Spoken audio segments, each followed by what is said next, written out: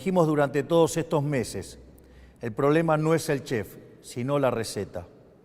Esas ideas que fracasaron en la Argentina son las mismas ideas que han fracasado a lo largo y a lo ancho del planeta, porque allí donde se intentaron han sido un fracaso en lo económico, han sido un fracaso en lo social, han sido un fracaso en lo cultural y encima le han costado la vida a millones de seres humanos. Esa doctrina que algunos podrían llamar izquierda, socialismo, fascismo, comunismo y que a nosotros nos gusta catalogar como colectivismo, es una forma de pensamiento que diluye al individuo en favor del poder del Estado.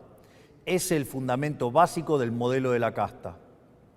Es una doctrina de pensamiento que parte de la premisa de que la razón de Estado es más importante que los individuos que componen la nación, que el individuo solo es reconocido si se somete al Estado y que por lo tanto los ciudadanos le debemos pleitesía a sus representantes, la casta política. Es decir, que los individuos no son sino un medio para los fines del Estado. Es una forma de ver el mundo que consiste en la creencia de que un grupo de hombres, los políticos, son superiores al resto de los individuos y que por lo tanto deben ser ellos quienes rijan los destinos de sus compatriotas.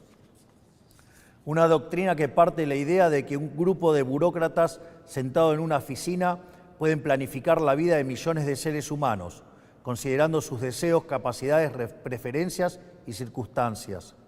Es una doctrina que considera que los políticos, en consecuencia, son omnipresentes, omniscientes y omnipotentes. Es decir, que en esencia es una doctrina que considera que los políticos son Dios. Pues bien, nosotros hemos venido a decirles que los políticos no solo no son Dios, sino que son la causa de nuestros problemas. Son la causa de nuestros problemas porque durante décadas han defendido estas ideas empobrecedoras de las que hablamos mientras ellos se hacían cada vez más ricos. Porque es la implementación inclemente de estas ideas por más de 100 años lo que nos llevó poco a poco, peldaño por peldaño, al infierno económico que vivimos hoy. El proceso ha sido paulatino y en este camino nos hemos acostumbrado y tomado como normales intromisiones estatales que son la causa de nuestros problemas. El saldo es el país que recibimos, la peor herencia de la historia, un país con déficit consolidado de 15% del PBI, donde 5% del déficit es del Tesoro y 10% del Banco Central. Un país que gasta tanto que no le alcanza para pagarlo ni siquiera con la presión impositiva en blanco más alta del mundo. Un país sin reservas en el Banco Central y con su confianza crediticia destruida. Un país que ha emitido dinero por 20 puntos del PBI para financiar ese gasto público y que ahora, producto de esa emisión desenfrenada, enfrenta su peor crisis inflacionaria en 40 años. Un país que iba camino a estrellarse contra una inflación anual del 15.000% y que requiere un cambio de rumbo urgente para evitar el desastre. Ese cambio comienza hoy. Un aspecto central del fracaso de los últimos 100 años es la injerencia del Estado que ha tenido en la vida de los ciudadanos, de esa creencia de que los políticos son seres superiores que deben regir los destinos de cada uno de nosotros, se desprende un andamiaje institucional que hace que nadie pueda trabajar, comerciar, circular o educarse sin el permiso de ellos. Mientras que en una sociedad libre todo está permitido, salvo lo que está prohibido, en una sociedad colectivista como la Argentina, todo está prohibido, salvo lo que está permitido por los políticos. En clara oposición al espíritu de nuestra Constitución liberal, que pretendía restringir el poder arbitrario del Estado en defensa de la vida, la libertad y la propiedad de los individuos. Durante los últimos 100 años, los políticos se han ocupado de expandir el poder del Estado en detrimento de los argentinos de bien. Esta expansión del Estado ha venido acompañado de la mayor destrucción de riqueza de un país en lo que se tenga registro. Nuestro país, que a principios del siglo XX era la primer potencia mundial, a lo largo de los últimos 100 años se ha visto enfrascado en un ciclo interminable de crisis que todas tienen en sus orígenes la misma causa, el déficit fiscal. De hecho, de los últimos 123 años, en 113 de ellos hemos tenido déficit fiscal y de las 22 crisis que los argentinos sufrimos en nuestra historia, 20 han tenido origen fiscal. Pero como la clase política no ha querido atacar nunca la causa de nuestros problemas, han recurrido sistemáticamente a la deuda, la emisión monetaria o la suba de impuestos para paliar este déficit. La consecuencia de esas decisiones es que la Argentina es el máximo defaulteador serial del mundo. Le hemos quitado 13,0 a la moneda, hemos destruido 5 signos monetarios, hemos tenido 2 hiperinflaciones sin guerras y tenemos la presión impositiva en blanco más alta del mundo. Lo que debe entenderse es que el problema es el déficit y que las soluciones a las que los políticos recurren, lejos de arreglar el problema, lo empeoran. La utilización de la deuda como mecanismo continuo de financiamiento del déficit y el inevitable default, lo que produce es el incremento del riesgo país, la suba de la tasa de interés, la caída de la inversión y finalmente salarios reales miserables. La emisión monetaria, como haya sido demostrado teórica y empíricamente, es la única causa de la inflación, que es un impuesto regresivo encubierto que entorpece la señal de precios, destruye la inversión y el poder adquisitivo de los argentinos. El aumento indiscriminado y continuo de impuestos atenta contra el derecho de propiedad de los argentinos, contra el ahorro, la inversión y en consecuencia genera también salarios reales miserables. Para solucionar los problemas que causan los distintos mecanismos con que los políticos intentan financiar el déficit, en vez de afrontar la causa, que es el déficit fiscal, los políticos introducen regulaciones, controles de precios, cepos, trabas burocráticas y normativas que violan la libertad y el derecho de propiedad de los argentinos, entorpecen el cálculo económico y destruyen la generación de riqueza. En consecuencia, el Estado en su conjunto se ha vuelto una máquina de impedir el comercio, el trabajo, la producción, el ahorro, la inversión, la generación de riqueza, el crecimiento económico y fundamentalmente la libertad. La consecuencia de ello es que Argentina es un país donde el 50% de la población está por debajo de la línea de la pobreza. Más de 10% de la población es indigente en un país que produce alimentos para 400 millones de seres humanos, con una presión impositiva sobre el sector agropecuario del 70%, el Estado se queda con el alimento de 280 millones de seres humanos y hay 5 millones de argentinos que no les alcanza para comer. El empleo privado está estancado en 6 millones de puestos de trabajo desde hace más de una década.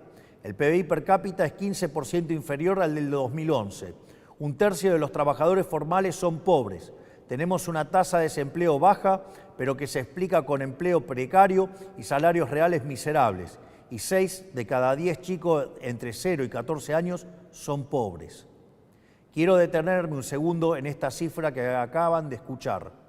6 de cada 10 chicos de entre 0 y 14 años son pobres. Esa es la tragedia que estamos viviendo, producto de un modelo político y económico que atenta contra la libertad. Nada es más importante que revertir esa tendencia trágica que hipoteca nuestro futuro y por eso nuestro foco en la importancia del capital humano como motor del crecimiento económico. Pues bien, hoy damos el primer paso para terminar con el modelo de la decadencia. En el día de hoy he firmado un decreto de necesidad y urgencia para comenzar a destrabar este andamiaje jurídico e institucional opresor que ha destruido nuestro país. Como nuestro modelo económico, a diferencia de todo lo que se ha hecho en los últimos 100 años, ataca el déficit, que es la causa de nuestros problemas y no las consecuencias del mismo, podemos comenzar hoy a destrabar todas estas regulaciones que pretenden aportar soluciones pero solo generan problemas. El decreto de necesidad y urgencia que estamos presentando hoy tiene por fin comenzar el proceso de regulación económica que la Argentina tanto necesita para poder comenzar a crecer. Entre muchas reformas, el decreto incluye 1. Derogación de la ley de alquileres para que el mercado inmobiliario vuelva a funcionar sin problemas y alquilar no sea una odisea. 2. Derogación de la ley de abastecimiento para que el Estado nunca más atente contra el derecho de propiedad de los individuos. 3. Derogación de la ley de góndolas para que el Estado deje de entrometerse en las decisiones de los comerciantes argentinos. 4. Derogación de la ley del compre nacional que solo beneficia a determinados actores del poder. 5. Derogación del Observatorio de Precios del Ministerio de Economía para evitar la persecución de las empresas. 6. Derogación de la ley de promoción industrial. 7. Derogación de la ley de promoción comercial. 8. Derogación de la normativa que impide la privatización de las empresas públicas. 9. Derogación del régimen de sociedades del Estado. 10. Transformación de todas las empresas del Estado en sociedades anónimas para su posterior privatización. 11. Modernización del régimen laboral para facilitar el proceso de generación de empleo genuino. 12. Reforma del Código Aduanero para facilitar el comercio internacional. Desde el día de hoy queda prohibido prohibir las exportaciones. 13. Derogación de la Ley de Tierras para promover las inversiones. 14. Modificación de la Ley de Fuego. 15. Derogación de las obligaciones de los ingenios azucareros tienen en materia de producción azucarera. 16. Liberación del régimen jurídico aplicable al sector vitivinícola. 17. Derogación del Sistema Nacional de Comercio Minero y el Banco de Información Minera. 18. Autorización para la cesión del paquete accionario total o parcial de Aerolíneas Argentinas. 19. Implementación de la política de cielos abiertos. 20. Modificación del Código Civil y Comercial para reforzar el principio de libertad contractual entre las partes. 21. Modificación del Código Civil y Comercial para garantizar que las obligaciones contraídas en moneda extranjera deban ser canceladas en la moneda pactada. 22. Modificación del marco regulación de la medicina prepaga y las obras sociales. 23. Eliminación de las restricciones de precios a la industria prepaga. 24. Incorporación de las empresas de medicina prepaga al régimen de obras sociales. 25.